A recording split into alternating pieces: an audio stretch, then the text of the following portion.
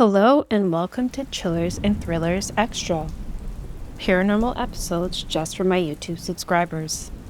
In this episode, we're going to listen to some true stories of people who lived in haunted houses. Before we get started, make sure you like this video, subscribe to the channel, and leave me a comment with your thoughts. Now, get comfortable, turn down the lights, and listen in. Jim and Alice, submitted by user Wuka. I'm passing along this story about my buddy, I'll call him Jim, served in the army and was in the Middle East in the early 2000s. He came back with some pretty fierce PTSD, and he used to think he was hearing calls for help over the car radio and such. Eventually, he got some professional help, and it all seemed like it was sorted. Anyway, years later, Jim is married. His wife Alice was also active duty, and they've just had a baby, a little girl named Lily. They'd gotten their first house, kind of an old one, although they were only the second owners. Jim is super psyched because it's got a spot in the basement that was loaded up as a full-on movie theater, with a built-in screen and everything. Jim winds up working late shifts, so he's up at night and usually hangs out in the basement watching movies or playing games. He keeps a baby monitor with him so Alice can sleep. And one night, he hears something over the baby monitor. Indistinct, but he figures the baby is awake, so he goes upstairs to check. The baby is asleep, the house is quiet, so he goes back to the basement. An hour or so later, he hears something again. He says it sounds like a baby whimpered, but much lower. So it's up the stairs, check, everyone is sound asleep, back down he goes. Every once in a while, he'd hear something that was clearly Lily getting fussy and she'd actually be awake. He'd feed her, change her, get her back to sleep, and then go back to whatever he was doing. But he kept hearing these odd sounds. This goes on for weeks. Low whimpers start to be accompanied by hissing sounds, or those weird baby gargling noises. And when he goes to check, nothing.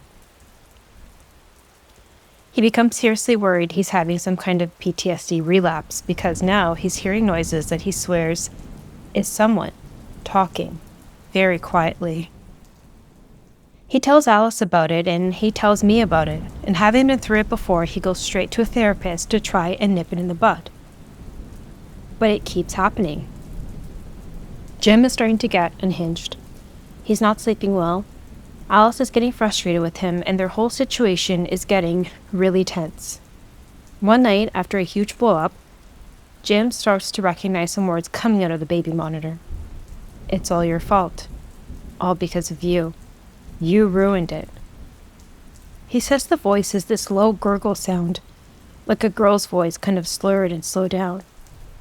Every time this happens, he flies up the stairs and doesn't see anything wrong. And every time, the baby is sound asleep. Conversely, every time the baby actually wakes up, he doesn't hear any of the weird noises or words. After a few days of this, he insists that Alice stays up with him overnight to tell him he's crazy, and all night they don't hear anything. Alice is upset, and Jim is seriously worried that he's losing it. For a few nights it's quiet, and then the voice comes back. I can fix it. Don't need you around. Indiscriminate noises. Shuffling, knocking, hissing. Then it gets quiet. After a few minutes, there's this scream. First one, then another, just a second later. He told me later it must have been what a banshee sounds like, and it drilled into his head and right into his soul. It's a wordless scream, like sheer terror. He hears it in the house and over the monitor. He runs out of the movie room, gets to the bottom of the stairs, looks up, and Alice is standing at the top of the stairwell, behind a railing, holding Lily. Eyes wide, she's screaming at the top of her lungs, and Lily is shrieking, absolutely terrified. Alice moves as if she's going to drop Lily. Jim runs halfway up the stairs, grabs Lily, and when Alice turns to him, she's still screaming. Jim runs to the living room, the kitchen, out to the garage, into the car, and hauls ass out of there. A few blocks down the road, he stops to get Lily into the car seat, and he drives all night trying to get Lily to calm down and figure out what just happened. He calls me, and I convince him to come over and have breakfast with me. And while we're eating, he gets a phone call from Alice. She's freaking out. She doesn't know where he is. Lily's gone. The house has been trashed. Glasses and plates in the kitchen broken. Furniture tipped over. All of that. We decide to go back to their place with him, and it was a total mess. Alice was worried someone had broken in, and Jim tells her everything that happened. She goes white as a sheet when he tells her about the stairwell. She insists she has no memory of it. There was a lot of family and friend drama that followed. Jim and Lily stayed with us for most of it. Alice eventually agreed to some therapy, and during a hypnotherapy session, it all came out. She hated the baby, believed it wasn't hers, and that it was ruining everything that she had. And it came out in the same voice that Jim heard over the baby monitor. Over the following months, more things were uncovered. Alice sleepwalks, which she never did before. She likes to hide in corners and make weird noises at herself. Sometimes she gets violent while sleepwalking. Alice was self-medicating for which she thought was probably PTSD and hiding it, but stopped taking the meds when she was pregnant and played it off as pregnancy hormones. She was probably suffering from some postpartum depression. There's an explanation for basically everything, except the part where Alice thought the baby wasn't hers. It was chalked up to PTSD. Alice got help, and we thought that was the end of it. There weren't any relapses. Jim and Alice were eventually happy again. They had another baby and didn't have any problems. Fast forward about 5 or 6 years. Jim is picking Lily up at school when he sees the guy who sold their house, Bob. They'd run into each other occasionally in the intervening years. Bob is there picking up his grandkids, and they get to talking. His wife of 30 years had just died. Jim offers his condolences and said he can't imagine losing someone you've been with your whole life. Bob says, matter-of-factly, "Well, she was actually my second wife. My first one was crazy and tried to throw our daughter down the stairs when she was a baby. She actually died in the house a few years later."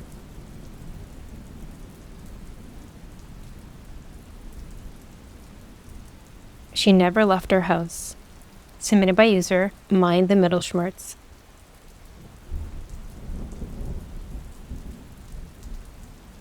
When I was a kid, I grew up in a little cabin in the woods, but a few years later, we left the cabin to move to a new house a bit closer to town. I had my very own room and spent a lot of time in it playing alone and reading. Every now and then, I would hear what sounded like footsteps or banging coming from below my floorboards. I guess it was just normal house sounds, maybe pipes, and I got used to it. After a few months of pretty nonstop banging, which no one else could hear, things started to escalate. Heavy furniture started falling down on its own. A solid oak dresser simply toppled over as I was sitting on my bed across the room, reading. A few days later, I was playing with my Teddy Ruxpin doll when it suddenly drained of batteries. I asked my father to put in new ones, only to find that they ran out almost immediately. We assumed the toy was broken and forgot about it. From the day we arrived in the house, I had known I wasn't alone in that room. I had grown up in isolation and knew what that feels like. This was different. I started responding to the knocking sounds. "Stop it, I'm trying to read." My mother was moderately concerned, but assumed I was just playing with an imaginary friend. A few months later, I had started to experience odd dreams, which I relived very commonplace memories in the house. For example, I remembered in vivid detail walking between the laundry room and my mother's art studio, sliding my little body between the framing. I knew for certain that the framing had been up for some time before they got around to sheetrocking. I asked my mother for breakfast one morning when it was that we'd finished the basement. She looked at me puzzled and responded the basement had in fact always been finished. The banging sounds got louder. Nothing battery-powered would last more than a few minutes in my room, and things were constantly moving. Small items, diaries, stuffed animals, keepsakes, would arrange themselves on a near-daily basis. I felt that whatever I was sharing my room with was angry, scared, like a puppy I had adopted years ago. I started speaking to it more, and at this point started to feel strongly that whatever it was I was living with was female. The more I spoke out loud, the less things moved. I felt a kind of longing, like I had knocked on a door and was waiting to be let in. One night, I woke from sleep inexplicably. I decided to get up to have a drink of water and walked across the hall into the bathroom. Now, I should mention that this house had been built in the 1970s, and there were many small mirrors, gold-flecked, throughout. The bathroom, however, had an entire wall of mirrors that you looked into if you sat down on the toilet. Bleary-eyed, I shuffled into the bathroom and sat down. Suddenly, my skin turned to goose flesh, and I felt as though cold water had been poured down the back of my neck. I stood up, panicked, only to line my reflection up with a figure standing to face me. A figure that wasn't mine. I tilted my head to the right and to the left, and the reflection did the same. It was me, but it wasn't me. She had shorter hair and slighter features. She wore blue pajamas, whereas I wore a long sleeping shirt. We regarded each other, and I lifted my hand slowly to wave. She smiled and faded out. I waited for an hour, sat on the bathroom floor, waiting for her to reappear. Finally, I crept back to bed, but couldn't sleep. The next morning, I was riding along in the car with my mother and asked, "Do you know who lived in the house before we did?" My mom answered nonchalantly, "The woman who lived there before us was a reporter." I asked, "Did she have a daughter?" My mother tensed. "Why would you ask that?" I didn't answer. "She didn't," my mother went on, "but she was convicted of a crime that involved a little girl." My mother trailed off. She knew that I was a strange child, but I suspect at this moment she realized that, in fact, my imaginary friend might be something entirely different. "What did they do to her?" I asked cautiously. "Well," my mother began, "the woman who lived there helped her boyfriend abduct this girl, and she was never found." I sat quietly for a moment, and then, as my mother reports it, said very slowly, "She never left our house." I watched my mother's knuckles turn white on the steering wheel. I thought I was in trouble. You see, when my parents looked at our new house, they had wondered about the low price. The house had been foreclosed when its previous occupant had been sent to jail. A few families had come to look at it, but in a small and very religious community, people were hesitant to move into a house associated with so much darkness. We were poor, and my parents had 2 children living one on top of the other in a cabin with no central heating. They didn't have the luxury of worrying about the stigma of living in a house with a complicated history. Later, we moved into a condo on the other side of town. My parents never explained the move to us as children, but I always suspected that it was because my mother was afraid of my relationship with the girl in the bedroom. In the few months we lived in the house, I had never been able to look in the crawl space, a dark, meter-high area that ran the length of the house. It had clay dirt floors and a small light you had to crawl to on all 4s. The day we moved our things away, I went down to the basement to say my goodbyes. She had been kept there, I was sure of it. How else would I have had her memories of the basement unfinished? As I turned to walk up the stairs, the light bulb in the crawl space flickered on, swinging, just for a second. I believed that she was reaching out one last time, telling me where she was, asking me to free her too.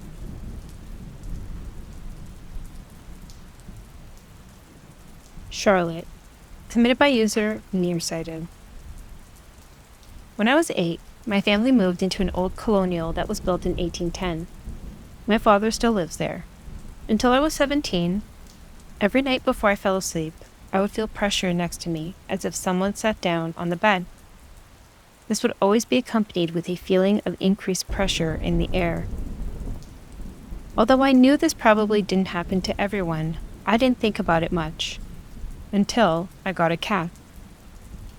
He was a present for my 12th birthday, and each night he would sap out on the bed near my feet, and each night he would bolt from a dead sleep and glare at something in the doorway before hightailing it out of there. A few moments later, the pressure would return. Again, while this is a weird thing to happen, I didn't really question it. Maybe the cat was just neurotic. I didn't talk about this nightly occurrence to anyone. However, I did refer to this feeling, presence, what have you, as Charlotte, and I don't know why.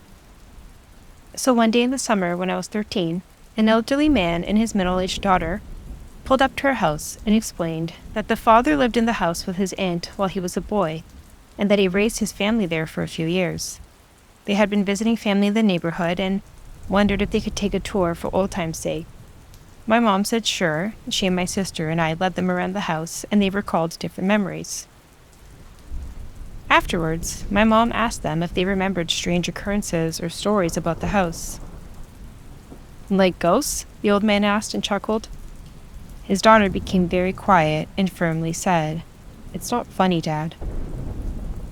The man explained that everyone who slept in one bedroom felt a little unsettled, and his daughter interrupted to say that she always felt as if someone sat on the edge of the bed as she tried to go to sleep.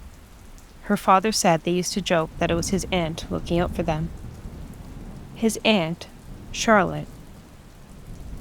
This confirmed what I had never admitted to myself. I had a freaking ghost that basically tucked me in at night for the previous 5 years. Still, going to bed was never freaky or scary. I just tried to ignore the feeling when it came. Until one night when I was 16. My parents had been going through a rough patch in their marriage. I was feeling depressed, and in general, it was a weird year. I went to bed. After about 20 minutes, the cat took his typical bolting exit from the bed, and I felt the familiar pressure on my side. Then, I felt a hand brush through my hair. I went straight downstairs to the living room where my mom was dozing. She woke up when I burst into the room, saw my face, and asked what was wrong. I told her I had a nightmare and left it at that. I spent a week sleeping in the guest room, and when I got the nerve to go back to my room, I was nearly asleep when I realized I didn't feel the pressure next to me. It was just in the air. I rolled on my back and saw the figure of a woman in her 60s wearing a house dress, her hair pulled back in a bun with her arms folded. She was looking right at me, very concerned. When I found my voice, she disappeared. I said out loud, "I don't care if you stay, but I can never, ever, ever see you again." And I never did. However, a few years later, after my parents divorced and my dad's girlfriend and her 4-year-old son moved in, I wasn't really surprised when she told me her little boy said a lady named Charlotte told him stories at night.